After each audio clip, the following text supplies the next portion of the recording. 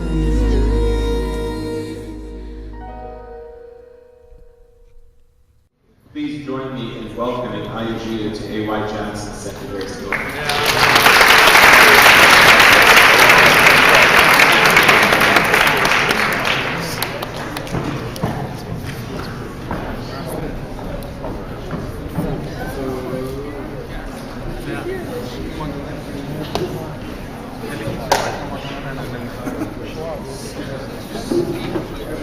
Good morning, everybody. Good morning. Hope you're having a great morning. 大家早上好，我叫吉胡阿姨，我来自中国四川。Don't worry, I won't be talking Chinese all the way through. I know you guys, some of you understand it, but some of you don't. Anyway, firstly, my name is Ayi Jihu. I am a singer, performer from China. I was born in a small village called Leibo in southwest of China. And I'm also one of the minorities called Yi. And many of you probably don't know that in China we have 56 nationalities. And 55 of them are minorities, you know, including Mongolians, South Koreans, etc. Anyhow, ever since I could remember growing up, I've always loved singing and dancing, performing, entertaining people. And I always have participated in those activities in school as a child. So part of me always knew that's something I wanted to do as I grow up. But because where I came from is a very small village, that the opportunities in life are very limited. But I was very fortunate to be able to move to United Kingdom when I was about 12 years old because of my aunt. My aunt, she is one of those people who is very ambitious. She always knew what she wanted to do in life, and she was never afraid to go out and make it happen. And because of that, she worked so hard, and she risked her life, you know, and then to provide for us the opportunity to come to the West and have a bigger opportunity in life. So I moved in with my aunt when I was about 12, and at first, I couldn't speak a word of English. I was thrown into the deep end. I went to school, and my aunt made me those cards that have English and Chinese on them, which says things like, oh, I have a headache, oh, I am ill, I need to go to the toilet. Because I had no idea how to say these things, so all I did was flash those cards to my friends in school, so they would help me around. And my aunt was very strict with me. She wanted me to learn how to communicate English well. So she bought me a lot of videotapes to learn at home. So every day I was watching these videotapes, learning new words, memorizing text. At the time I hated it. It was so tedious, it was boring, and every day was just so much work.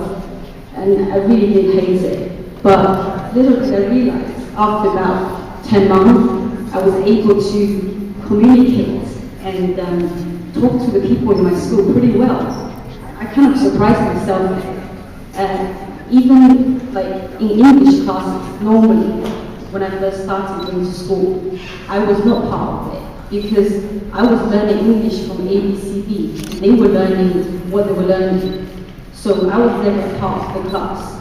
But at the end of the year, when we did the English exam, I surprised everyone, I surprised myself, and the teachers in school, they put the essays that I wrote in the English exam on the school magazine, and at the end of the year, I was surprised to receive a headmaster's special prize. And that's the first time I actually realized all these hard work does pay off. No matter how much you hate it at first, you might not see it straight away, but eventually it does pay off. And growing up in a Chinese family, I see a lot of Chinese faces here.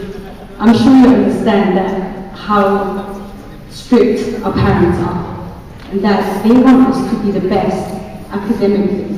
So wanting to be a singer or a dancer, definitely not an option.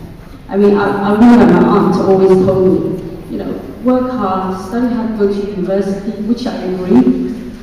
And then she said, to become a lawyer or doctor.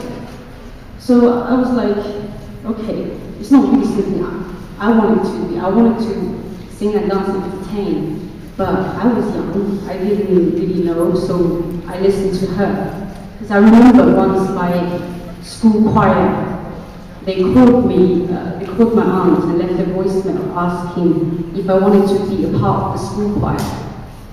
My aunt just dismissed it. She said to me, she goes, oh, don't worry about these things, just concentrate on your study.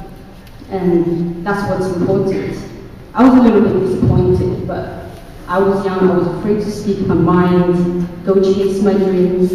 I had no idea what to do when I first came into this new country in England called England. Everything was completely different from China. I mean, at first I didn't understand anything. When I first moved to England, I was very uptight. I couldn't really take a joke. I was very close-minded, ignorant, you can say that. But after being in England, it is such a multicultural place, just like Canada. You know, you get to meet people from all different corners of the world. You get to understand different things, learn different things. And slowly, it really opened up my mind and my eyes. There's so much to learn. You know, I was no longer ignorant, because I decided that since I'm here, I'm not just gonna stick to my Chinese people and just speak Chinese all the time. I mean, some of my Chinese friends ask me, oh, why is your English better than ours? I say to them, well, the best way to learn is to practice. You know, what's the point that you come to England and you hang out with only your people and speak Chinese? You know, there's millions of people back home. They want to have this opportunity to come to the West. So there's so much to learn here that we can bring back to our own country and bring the knowledge back so that we can understand different cultures more, so people become less ignorant. So there's less prejudice going on.